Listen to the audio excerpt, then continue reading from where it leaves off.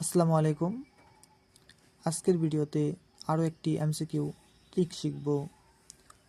তো এখানে দেখেন মোবাইলের স্ক্রিনে দেখা যাইতেছে, যদি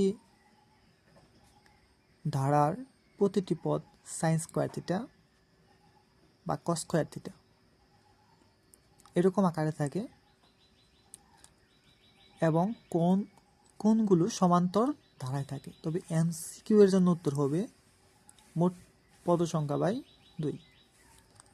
তো চলেন আমরা এই টেকনিক দিয়ে এই তিনটা এমসিকিউ সলভ করি।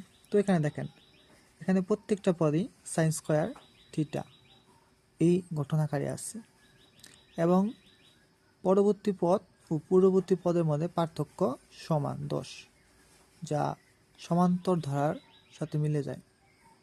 তো এটার এমসিকিউর উত্তর হবে মোট পদ সংখ্যা বাই 2। দেখেন এখানে 1টা 2টা 3টা 4টা 5টা পদ আছে, তো উত্তর হবে 5/2।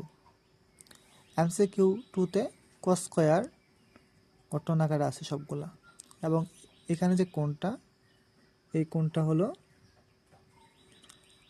5 করে কমছে, সুতরাং এটাও সমান্তর ধারাভুক্ত। তাই এটার এমসিকিউর উত্তর হবে 1 2 3 4,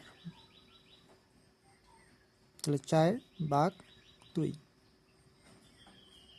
উত্তর 2। এমসিকিউ 3ও সাইন স্কোয়ারের প্রতিটি পদ দেখা যাইতেছে, এখানেও সমান্তর ধারা মেনে চলছে। এই পদ থেকে এই পদ বাদ দিলে 10 পার্থক্য সমান, এই পদ থেকে এই পদ বাদ দিলে পার্থক্য সমান, তো সমান্তর ধারাভুক্ত। তো এটা এমসিকিউর উত্তর হবে 1টা পদ 2টা পদ 3টা পদ 4টা পদ, তো 4টা পদ ভাগ 2 = 2। তো এটাই আনসার।